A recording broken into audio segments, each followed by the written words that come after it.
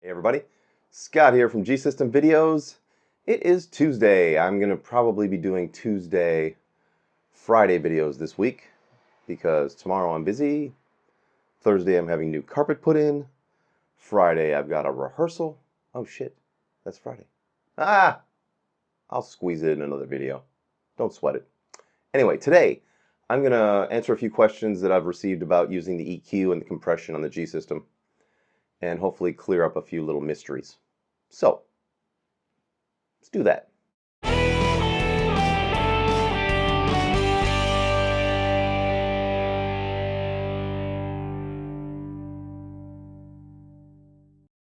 EQ and compression fun. I'm going to show you how I approach using the EQ and the compressor on the G System with a few presets, a clean one and an overdriven one. I'm going to use two pedals. I'm going to use the Radial Texas Bones. It's sort of a low to mid crunch overdrive, low to mid gain, I should say. And the Radial Hot British, of course, the overdrive to end all overdrives. It's the greatest one on the fucking planet.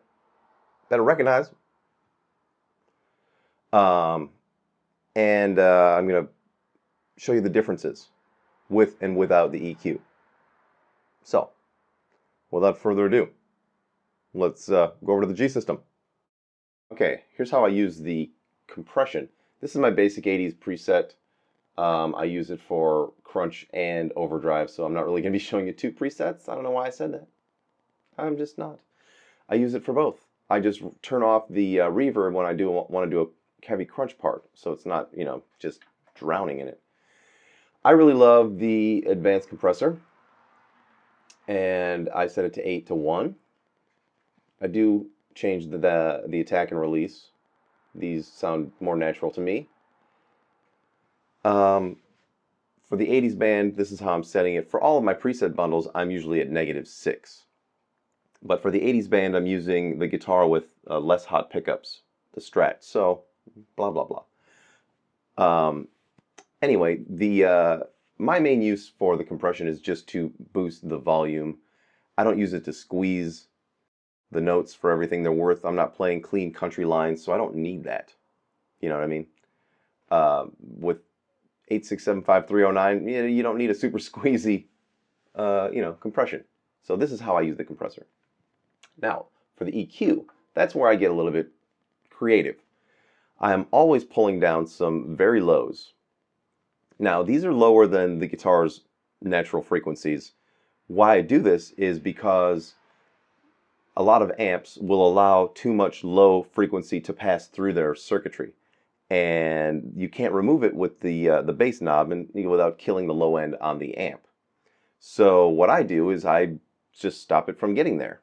I pull down 8 dB at a relatively wide Q, and then it just tightens up the low end. It makes my amp sound like a more expensive amp is what it does in the end, which is great because it really tightens up the low end. I can keep the bass where I would normally keep it, which is at 50%. All my, my EQ is very flat on my amp. All the EQ curving that you will hear comes from my G System for the most part.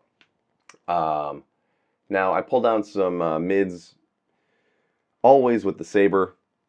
Less and less with the Strat though, because the natural EQ curve of Strat pickups is a bit scooped. So, and the humbuckers are different. They're punchier. So, now here's the fun thing. To make your solos and your rhythm parts really pop and have a nice bite, if your amp doesn't have a presence control like mine doesn't, this is what I'm doing to compensate. I'm bringing back some high mids or low highs, if you want to call them that, and this way it gives that bite. And for the 80s stuff, it's especially awesome. I don't pull down a ton of high end. I used to set this to 12K and 12.5 and then pull down like 8 dB. But I find with this amp, it's not as necessary because it's not as fizzy on the top end. The Jet City? No, super fizzy. Had to do it. Yeah. Anyway, that's what I do. So, let's hear some bits. Now I've got the Sabre, obviously, and I'm using the Texas Bones overdrive. I've got the EQ turned off and the reverb turned off. We've just got the basic sound.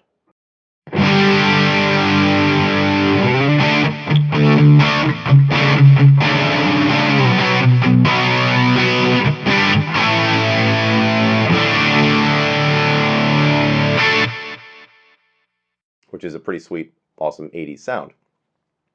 Now let's turn on. Actually, no. Let me play a lead passage first, and then I'll turn on the EQ, and you can hear the difference, the obvious difference.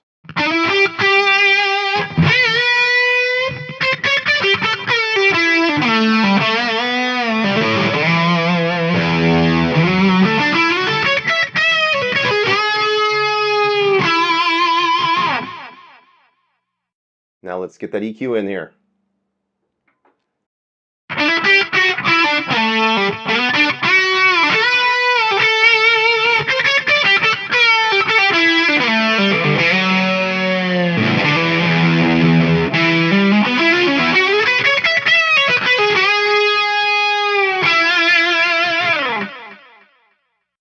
See how it brought back the some sparkle, some top end? I'll do it without again. Gotta use my stick. Here's without the EQ.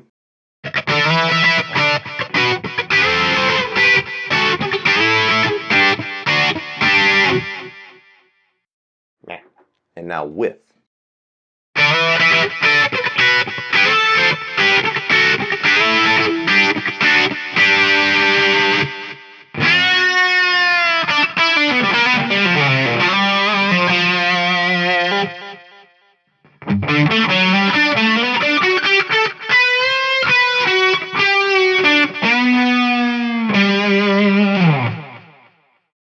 So it brings back a subtle brightness. It's not overwhelmingly bright. It's a really great thing for solos. It also helps a lot of rhythm parts because I'm finding that in the recreation of some of these tones that my crunch sound just doesn't have the same kind of bite that it should. So here's the Hot British, and we'll do a rhythm part, just a basic 80s kind of rhythm.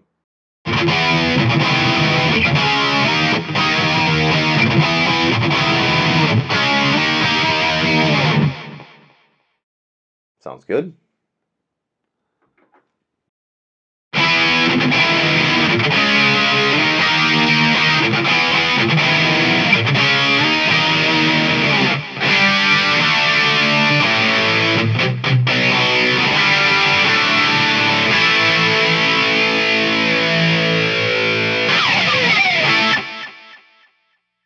You can also vary it too. You can, if I were to go in there and turn off the mid scoop and boost the mids instead, you would get a much honkier mid-range sound.